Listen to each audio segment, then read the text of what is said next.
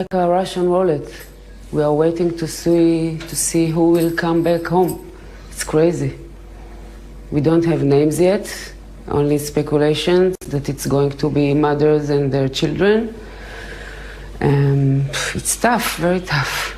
Have you allowed yourself to think about what you might say to her the first time you see her? I don't think I will speak. I will just hold her and hug her, and I won't ask questions, that's for sure. And I just want to hold her.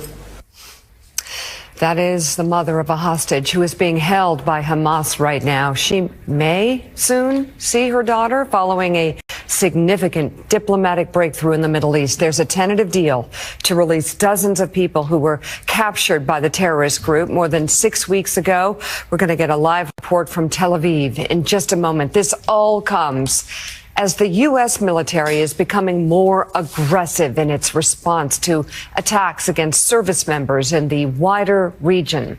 Retired four-star Navy Admiral James Stavridis joins us with expert analysis on that and much more. Also ahead, we're going to go through the new Donald Trump dilemma for Democrats. Party officials seem to be shifting their strategy on how much coverage they want the former president to receive. Not that they have a say.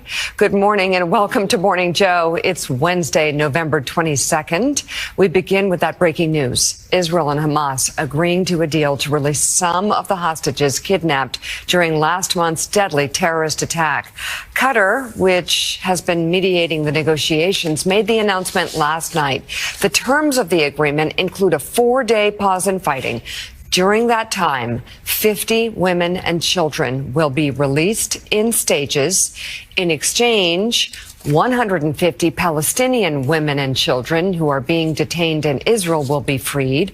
More humanitarian aid will also be allowed into Gaza during the pause in fighting, including fuel trucks.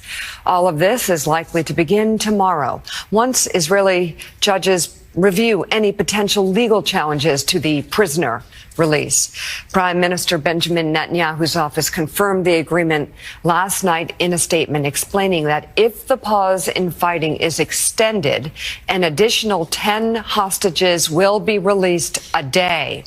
But Netanyahu warns his country's mission is not over, writing Israel will, quote, continue the war in order to return home all of the hostages, complete the elimination of Hamas, and ensure that there will be no new threat to the state of Israel from Gaza. Joining us now from Tel Aviv, NBC News Chief International Correspondent Keir Simmons with more. Keir.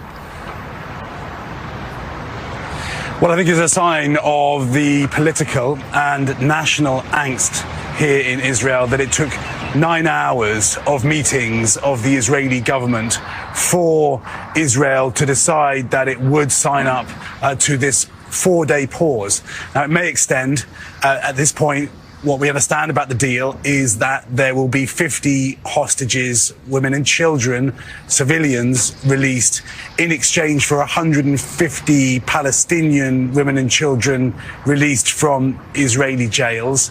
That there will be a pause in drone flights over Gaza, that there will be humanitarian aid, including fuel, a lot of it, maybe 300 to 400 trucks going in to Gaza. So the deal is now pretty clear. It's been mediated by Qatar and Egypt and overseen by the US. And overnight, actually in the early hours of this morning, President Biden praising those two countries, thanking Prime Minister Netanyahu, who pushed through this deal overnight with that message that you described, Mika, of saying that if just because there's a pause, it won't mean that the war is over, pushing it through with his Likud party and pushing it through despite the objections of the right in the Israeli government.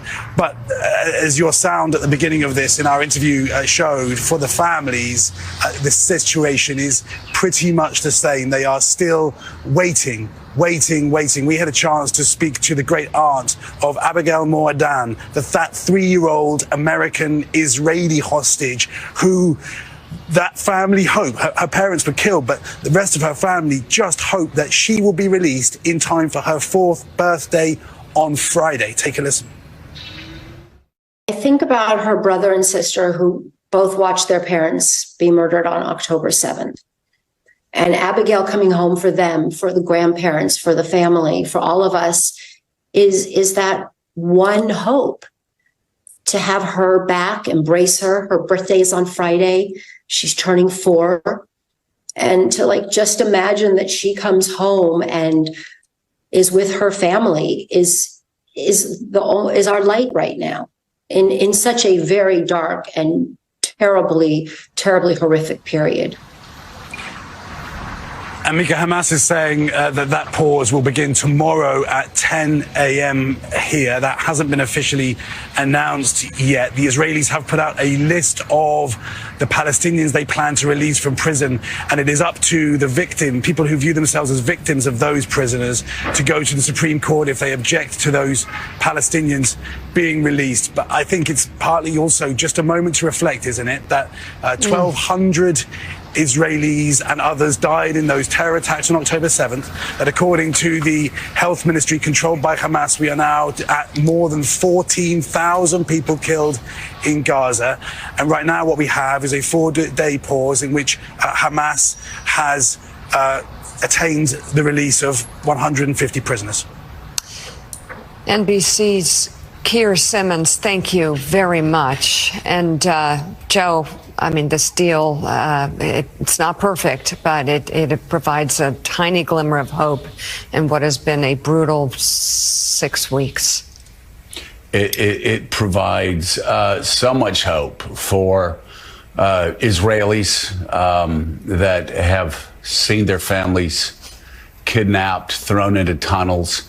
And there has been debate in Israel over whether this was a deal that was worth giving a terrorist organization who seized children, some as young as 6 months, from their homes, and women, family members, and kidnapped them and threw them under tunnels, all knowing this day would come. This is a Wall Street Journal. I want to read from the Wall Street Journal editorial this morning on the Israel-Hamas hostage deal.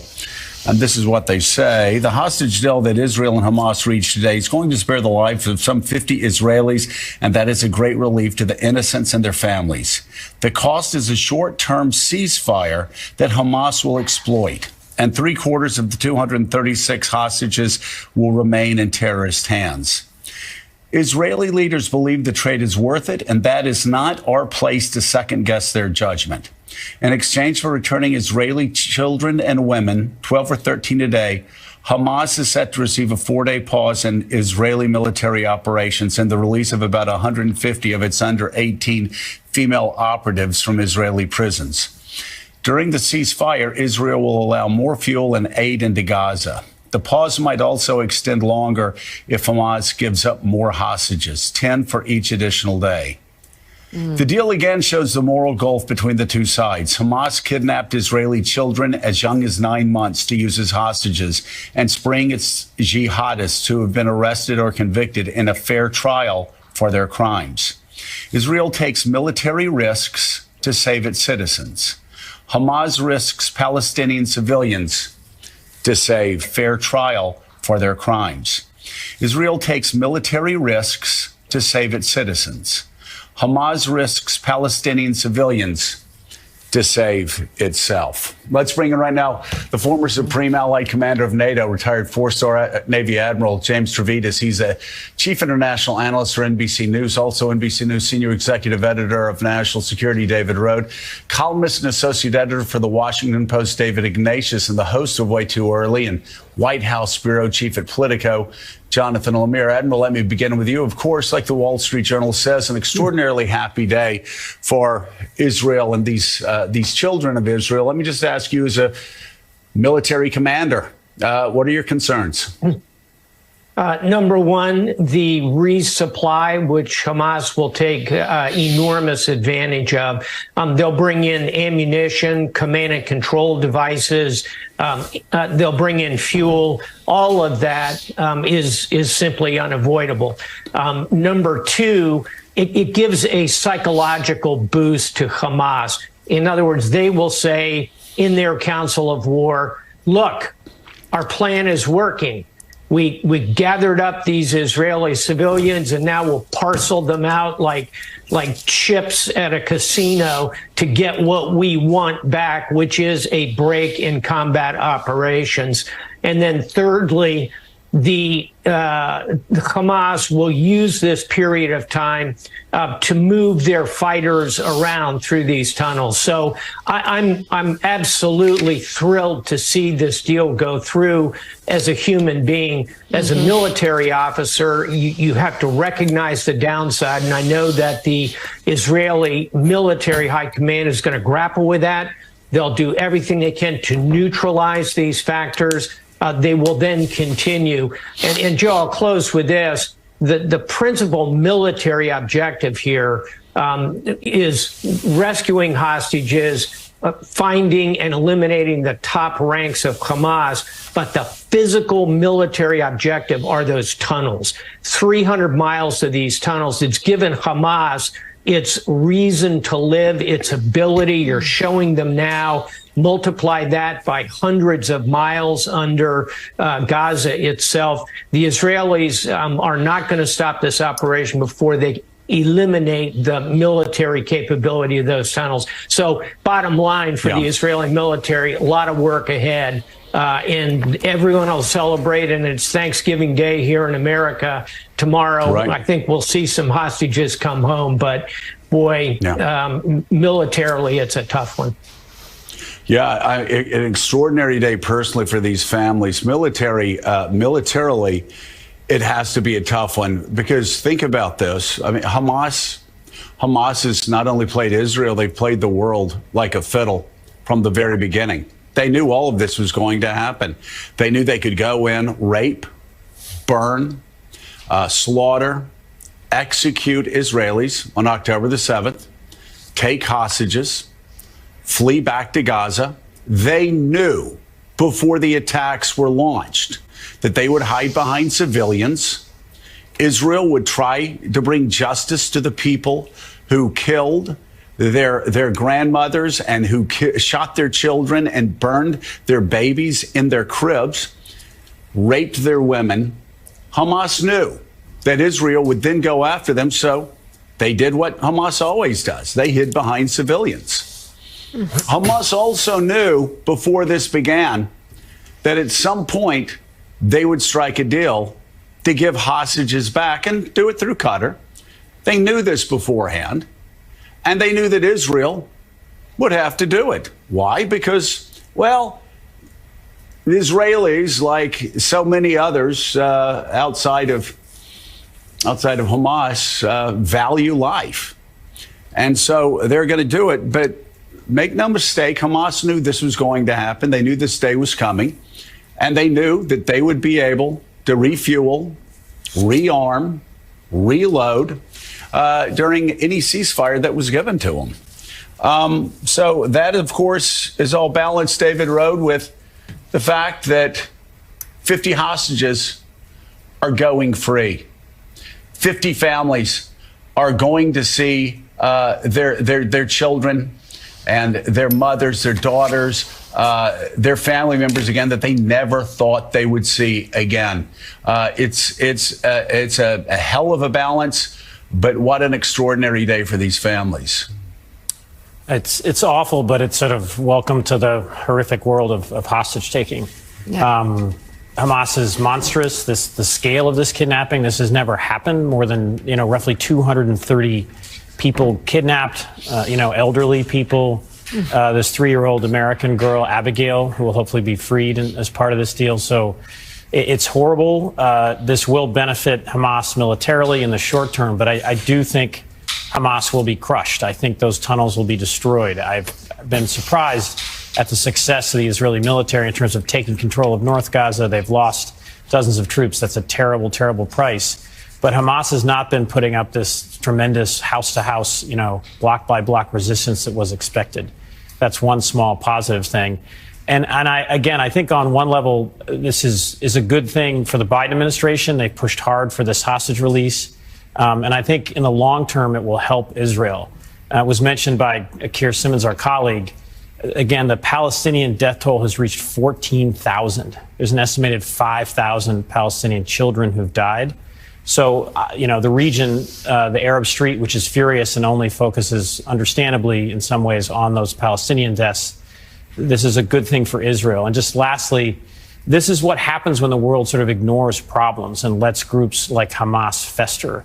I'm part of a group of former hostages that are sort of, how do we stop this accelerating practice of hostage taking? And part of it is eliminating or not allowing these sort of, radical groups like Hamas to have these enclaves, to have areas where they can take hostages. So, David, it's a good day, a good small step forward, but a huge challenge remains. No doubt about that. David, Ignatius, you and I both been doing some reporting as to how this all came together. Biden officials last night believing that this was proof that their approach has been working, applying subtle pressure on Israel, and of course also within Israel, Netanyahu getting intense domestic pressure, particularly from the families of the hostages, to make some sort of agreement, even over some objections of some military commanders. So, David, take us behind closed doors here about how this deal came together and what third parties were involved. So, Jonathan, I want to just start with the human dimension of this.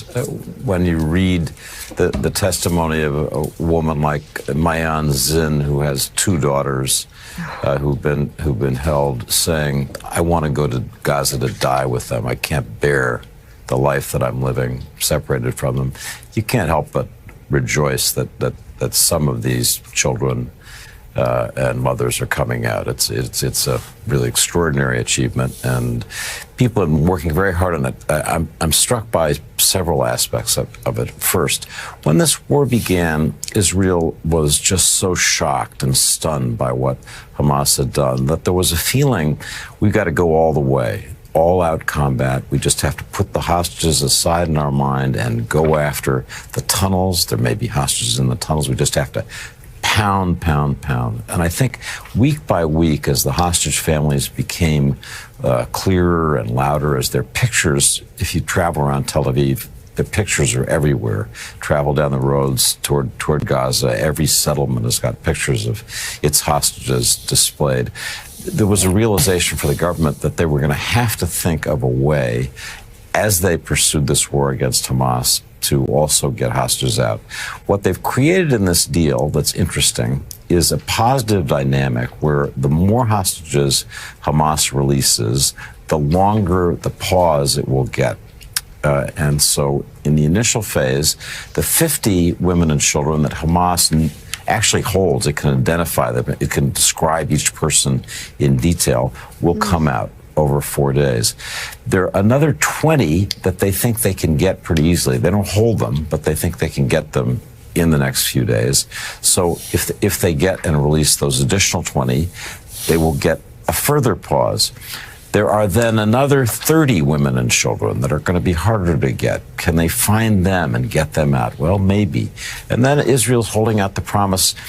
What about male civilians? Can you get them? For each of them, we're prepared to add additional pauses, additional humanitarian aid. So Israel's created a dynamic that's going to put the hostages and their release first. I don't think, to speak to Admiral Stavridis' correct question, that Israel in any way is altering its fundamental determination to destroy Hamas's political power, but has chosen a route that is going to the greatest extent possible, get these Israeli citizens and foreigners out, if it's possible, if Hamas can be convinced to do this more for more exchange. And of course, Admiral, we never know where all of this leads. We never know what at the end brings down Hamas, other than the Israelis and others who hate terrorism, to continue fighting them. But, you know, the passing of Rosalind Carter, of course, brings into sharper focus the legacy of Jimmy Carter. Again, a legacy that, much like Truman, will grow through the years with historians, with an extraordinary Middle East peace process, the normalization of relations with China, the aiding of Afghanistan and beating the Soviets, driving the Soviets out, the promotion of human rights that eventually led to, helped lead to the fall of the Soviet Union and the ramping up of the military in this last year. I say that, I'll just say, when you look back at Jimmy Carter, a dark mark on his presidency was the Iranian hostage crisis. I must say, looking back, though, all these years later, it's remarkable the restraint Jimmy Carter showed in not responding to every call for an invasion or turning Iran into a parking lot, which, if anybody was around America in 1979, that was the common refrain. Turn Iran into a parking lot, destroy them, and if hostages die, hostages die. This cannot stand. And yet I saw a documentary and I went away from it going, my God, the restraint he showed. He may be one of the only presidents we've ever had that had the humanitarian instincts to actually save every one of those lives. And that's why what may not make military sense today may make a lot of sense 10 years from now. I know I've gone on a bit on this, but I know you understand this. Speak to this, if you will, about how everything that seems so clear today may not be so clear even 5 years from now. Oh, I'd love to. And just one quick note of before the presidency and after the presidency. I think you know this, Joe, but he is our Naval Academy graduate who became president. So all of us Annapolis graduates and military naval officers, very proud of Jimmy Carter, who was a nuclear submariner, And I think we can all agree what an extraordinary post-presidency life, full of character, writing beautiful books, building homes. So really a sterling life lived. In terms of the hostage situation, yes, I agree with you. In retrospect, perfectly handled in so many ways. And by the way, let's not forget, he did something that the Israelis, I think, may attempt, which is hostage rescue. He launched a hostage rescue attempt that failed. Fortunately, the United States military was able to learn lessons from that and pull back from it. But he then pursued the diplomacy that you see occurring right here. And to your point, Joe, he resisted that urge to simply go in and flatten Tehran. And by the way, I know David Ignatius, having traveled recently in the region, in the immediate aftermath, will tell you Israelis were saying, go into Gaza, simply flatten it, destroy the entire thing. They chose not to. They chose to take this path using precision approaches to include special forces. The only reason Hamas did not kill 7 million Jews on the 7th of October is because they lacked the military capability to do so. Israel could have killed 2 million Gazans on October 8th, killed them all. They chose not to because that's not who they are. And those, I think, are something we should bear in mind is the false equivalency you sometimes hear. You know, Admiral Stavridis, as you were speaking about the mood in Israel, I'm just remembering what I heard. There was, after October 7, and continues to this day, a deep rage. It seems everybody in Israel knew somebody, knew a family that had been touched by this, had lost a person killed or taken hostage. Everywhere I went in Israel, I kept encountering that. And there was a desire to flatten Gaza, just to go all out. And I think what we're seeing in these recent days is that, as I said earlier, the passion to save the hostage lives has been competing with this desire to really go after and destroy the power of the enemy. And with this hostage release, Israel's decided it's going to pull back. It's going to slow down its offensive, something that's hard to do in this situation where you've got the momentum, you're moving forward, but you say, we're going to slow down. We're going to create an incentive to release as many hostages as possible. Don't think for a moment that the Israelis have stopped in their campaign against Hamas. I promise you, talking to Israelis yesterday, they still have the most ambitious and intense plans, but they do want to get as many Israelis as possible out before we get to the end game of this war. As we close the conversation here, David, any thoughts given everything that has been said, and also in this deal, what stands out to you? Is there any way of assessing the status of the remaining hostages if the first 50 are released in waves? There'll be no men. An American citizen, there's 10 Americans, Hirsch Goldberg Pollen, his hand was blown off when a Hamas militant threw a hand grenade into a shelter where he was one of the young people at the music festival. I hope he's released. I'm not sure he will be. So a joyous day for some families, but not all the families, and just so much pain. So much pain. You know, Jonathan Lemire, before we go, we should state what is obvious to those of us around the table, but may not be obvious to those at home watching. What an integral role the Biden administration played in all of this, working with allies in the region, working with Qatar, same with, obviously, Anthony Blinken, and of course Jake Sullivan, the entire national security team, so engaged in this since the morning of October the 7th. But here we see again what an oversized role Joe Biden and his team have played in Israel since this crisis began. There's no question. President Biden, just in the days after the attack, went to Israel, wrapped his arms literally around Benjamin Netanyahu, a man with whom he's had significant differences over the years, and pledged steadfast support for Israel as to what would come next. And by doing so, by holding him so tight, officials say the plan was also to create the ability to sort of guide him, instruct him, warn him, chide him if necessary.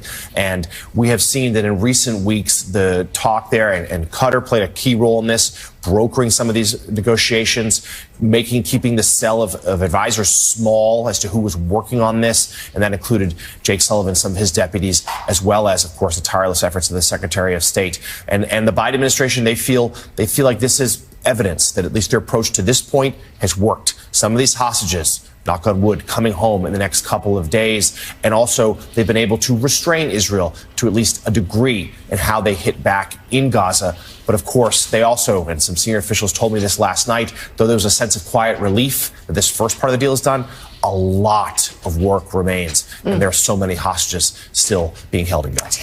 Retired Admiral James Stavridis, NBC's David Rode, and the Washington Post's David Ignatius, thank you all very much for your insight and analysis this morning. We really appreciate it. And still ahead on Morning Joe, a conversation on Donald Trump's authoritarian rhetoric and whether bringing more attention to it is the correct strategy for Democrats. Plus, Ron DeSantis just picked up a key evangelical endorsement in Iowa. We'll show you what the religious leader had to say about supporting the Florida governor over the former president. You're watching Morning Joe. We'll be right back. We pledge to you that we will root out the communists, Marxists, fascists, and the radical left thugs that live like vermin within the confines of our country. The threat from outside forces is far less sinister, dangerous, and grave than the threat from within. Donald Trump echoing the words of 20th century authoritarians at a rally earlier this month. Joining us now, NBC News national affairs analyst John Heilman, special correspondent at Vanity Fair and the host of the Fast Politics podcast, Mahjong Fast, and political correspondent at the New York Times, Michael C. Bender, for his latest piece. He wrote about Trump's tilt toward authoritarianism and the concern it's causing among historians and much of the American public. I would see it as a tilt, Joe, or completely running straight into it.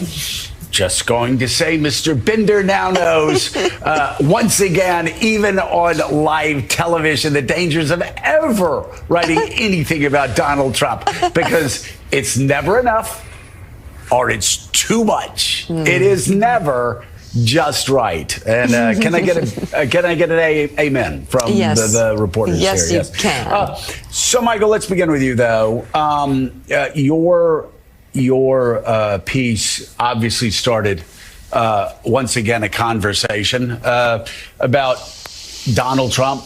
Again, not just mimicking the words of past authoritarian and fascist leaders, but also doing that against a backdrop of violence on January the 6th, doing that against a backdrop of violence by one of his supporters against Paul Pelosi, doing that against a backdrop of him mocking Pelosi, calling for violence against his opponents. All a very, very toxic mix going into the 2024 election. Yeah, that's right. And kind of what we've all known, everyone has known for a while, Trump has long run as an outrageous candidate, right? He's been willing to say and do things that few in our lifetime have been willing to do and say on a national stage. But what strikes me this time, and which sparked this article, has been most of the focus of his attacks, particularly when he started, were foreign marks, Muslim immigrants, Hispanic immigrants. And the change we've seen over the last few campaigns, and particularly now, is he's saved some of that most vicious attacks for domestic opponents. And that turn inward comes at a time when he and his allies are coming up with plans to weaponize the Department of Justice, to surround himself with lawyers in a potential second term that would bless some of his most contentious actions. So this piece tried to pull all of that together while also showing some of the examples of this authoritarian language that he's really been leaning into, really for the past year. And there are many people who believe it really needs to be discussed. This show got criticized a great deal, especially through 2015, for saying that Donald Trump could win the Republican nomination, and for us having him on the show. There has also, of course, been great criticism of other networks that have allowed him to have town hall meetings, and it's interesting. I'm saying this is leading up to an interesting conundrum, John Heilman.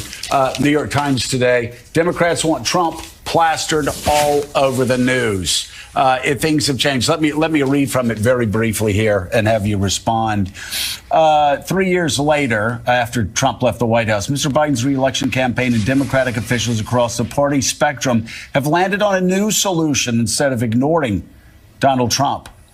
More Trump. Criticizing the news media for giving Mr. Trump a platform is out. Quietly pining for major networks again to broadcast live coverage of Trump campaign rallies is in. Behind the improbable longing for the former president to gobble up political oxygen again is Democrats' year-long dependence on Trump's outrage machine. Since his ascent, and oh my God, is this not true? Mr. Trump has been a one-man Democratic turnout operation, uniting an otherwise fractured opposition and fueling victories in 3 straight election cycles, reports Reed Epstein. John, we had a National Review had a line that I thought summarized it succinctly. When Americans are talking about Joe Biden, Republicans win. When Americans are talking about Donald Trump, Democrats win. And Democrats want America talking about Donald Trump now more than ever. Right, Joe. And of course, as you said a second ago, there's a kind of grim irony of it for those of us who have been told over the course of the last 7 years, just don't talk about him.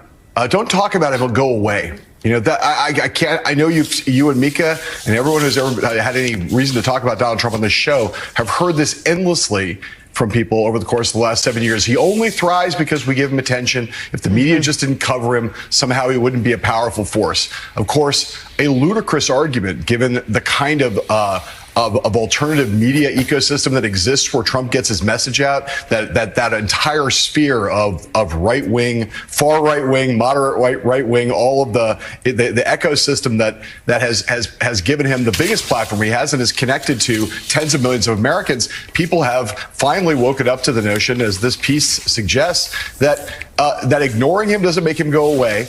And to Mike Bender's, the important point of Mike Bender's piece, which is that the Democrats understand now that they need to break through a kind of torpor among a lot of potential and past Trump people who voted against Donald Trump, people who voted for Democrats, who now assume somehow Trump will not be the nominee. They're not focused on the election. He won't eventually get there. He'll be in jail, whatever it is. They have to make clear that Trump is here. He's almost certainly going to be here to stay at least until next November. And that, as Bender's piece shows, his rhetoric is amazingly getting worse, more dangerous, more inciting, more insightful. I say insightful, not insightful as in full of insight, but that all of that's getting worse, and that voters need to understand as early as possible the stakes of the election, or Democrats are going to be in trouble a year from now. And Mika, by the way, for those waking up this morning asking, what is Morning Joe's word of the day? It's sort of our version of Wordle. Yeah. Torpor. By John Heilman has brought it to the table, and we are most grateful that he has. A state of what? A state of mental inactivity? Would that be torpor? And lethargy, and slothfulness,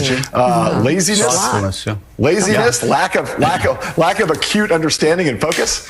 Sure. Okay. Well, thank you for that. I mean, this is my word actually for life. I love it. Go ahead, Mika. It's What's motto. next? Molly John Fast. Yeah. The option for Democrats here, it seems to me, I mean, there's always the issue. We don't want to go negative. We don't want to go ugly. When you're running against Donald Trump, just go real. Yeah. Just use what material Donald Trump has provided and put it in proper context and give people information about what will be happening if he gets another term. I think that would be enough, and I think Democrats need to pound away at the dangers of Donald Trump using Donald Trump's own words against him and actions. Oh, no question. And I think that, look, there's a vacuum when mainstream media does not cover a subject.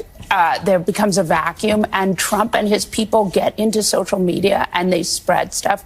And if there isn't a fair amount of debunking, you will see these lies go again and again and again. And talk about spreading. You can also cover the mini Trumps, Tommy Tuberville, the new Speaker of the House. They're all mini Trumps, all Republicans caught in a cult that, honestly, Republicans that you know in your life, you can't recognize these Republicans. This is all out there, and it's accurate information that can be used against him that Trump has amassed over the course of 4 to 8 years, and he has given the Democrats on a silver platter. Take it and run with it. And I think that the White House is seeing more and more that they need to fill the vacuum, that they need to push back, that they need to they were aggressively boring, and it worked for a long time. But the problem is they weren't able to claim their accomplishments if they were aggressively boring, and they weren't able to really shift the narrative. And now they really need to do that. They need to claim, they did inflation reduction. They need to claim that victory. There are a lot of victories. Right now inflation is going down. Right. They should claim that victory, and they're going to have to be the ones to do it, and they're going to have to be the ones to fill that void. Joe, they have a lot of material. They have a lot of material. The thing is, Donald Trump winning in 2016, we've always talked about the inside straight that he drew, but we haven't looked at how lucky he actually was that in the primary, his main opponent was Jeb Bush. In the general, it was Hillary Clinton. The Bush-Clinton family had been in the White House for 20 of 28 years at that point.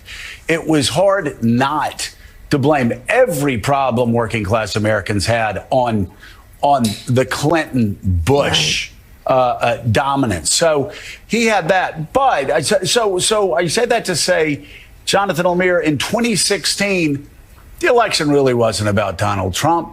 it was a referendum on Hillary Clinton. In 2020, the election wasn't about Joe Biden. It was a referendum on Donald Trump. And Joe Biden, again, was the one candidate that could lay low enough ideologically so Trump couldn't land a punch on him. And now we go into 24, and the Biden White House, tell me about your reporting about how much do they recognize that 24 needs to be a referendum on Trump once again. His words on abortion, his words on violence, his words on terminating the Constitution, et cetera, et cetera, et cetera. How big is that going to play? Oh, it's going to play a significant role. That's been the game plan all along. They spent a few months trying to make the positive case for Biden, particularly on the economy, the Bidenomics pitch. And as we know, that hasn't really worked, hasn't translated yet in the polls anyway. And a lot of Democrats were getting really antsy about it and of urging them to draw sharper contrast with Donald Trump. And as we wrote right after the election, they have begun to do that. And that is going to be the centerpiece of their campaign going forward. And connected to the piece in the Times today about Democrats wanting more coverage of Trump. And we should note that White House themselves tried to ignore Trump for a long time. President Biden wouldn't even say Trump's name for almost a year. But connected to this idea they want more coverage of Trump is, Mike Bender, this reporting that we had a few weeks ago that there's a belief among Democrats that Donald Trump at this point is just sort of a name in the headlines. He's a picture on TV. But Americans, especially those who aren't paying attention just yet, really haven't listened to him in a long time. And once they do, once they start hearing from him again, it might not be till next year when he starts delivering more high-profile speeches, they're going to be stunned by the rhetoric and his incendiary plans for the future. So my question to you is, do people around Donald Trump think the same? Are they worried that they could turn off sort of swing voters, but they think it's worth it because they can drive out turnout from his base? Yeah, no, it's a very good point. This idea that less Trump is the best Trump is something that both Democrats and Republicans agree on. Trump has gotten a lot of criticism for not campaigning very heavily in the past year, but a part of that is that his team knows he's better. The public views him much better when he's not in the headlines every single day. As this campaign gets closer, though, I don't think that's going to be much of an issue. We've seen Trump's aggressiveness escalate to each successive campaign as the stakes get higher and higher. He is prone to become more and more combative. He's, I'll just point out, heading into this election, facing 91 felony charges and the prospect of not just becoming a two-time loser, but a historic two-time loser. Only one other Republican in the history of the party has ever lost two presidential nominations. There's so much to work with. I mean, where do you begin is the problem. Michael C. Bender, thank you. Molly Jong Fast, thank you as well. We hope you all have a great holiday.